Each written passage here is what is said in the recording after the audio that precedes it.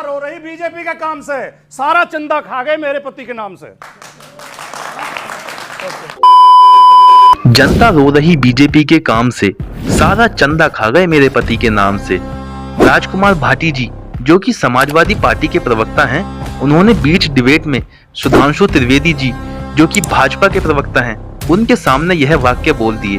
फिर देखिए हुआ क्या। सुधांशु जी के मुंह से हुई तथ्यों की बौछार। इस पूरी वीडियो का लिंक आपको डिस्क्रिप्शन बॉक्स में मिल जाएगा, आप वहां जाके पूरी वीडियो भी देख सकते हैं।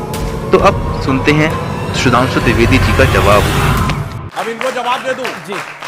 देखिए, पहली बात तो इस ढंग के, देखिए ये कितने महान व्यक्ति हैं कि इन्होंने ये कहा कि हम लोगों ने सिर्फ इसलिए कहा, नहीं, आपकी गठबंधन ने कहा हिंदू धर्म का समूल नाश होना चाहिए, इरेडिकेशन ऑफ सनातन धर्म कहा। सुनिए, ये डीएमके ने कहा और आपके इंडी गठबंधन में शामिल थे। और सुनिए, आपकी पार्टी के लोगों ने रामचरितमानस फाड़ी।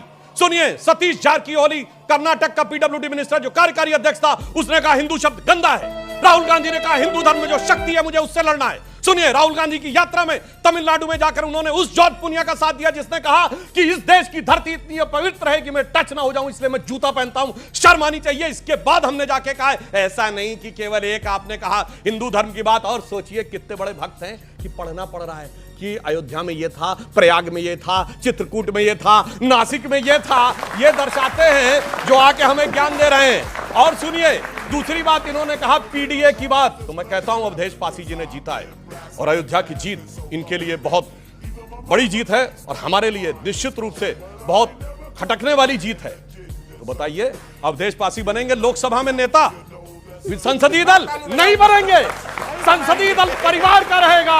अखिलेश यादव, सुनिए, अखिलेश यादव वहां से छोड़ के आए हैं क्योंकि जब छोटी वाली नेता विपक्ष की पद थी विधानसभा में, अब बड़ी वाली मिल गई तो परिवार के पास ही बड़ा वाला रहना चाहिए। मैं दावे से कहता हूं किसी दलित को नहीं देंगे और सिर्फ अपने को देंगे। और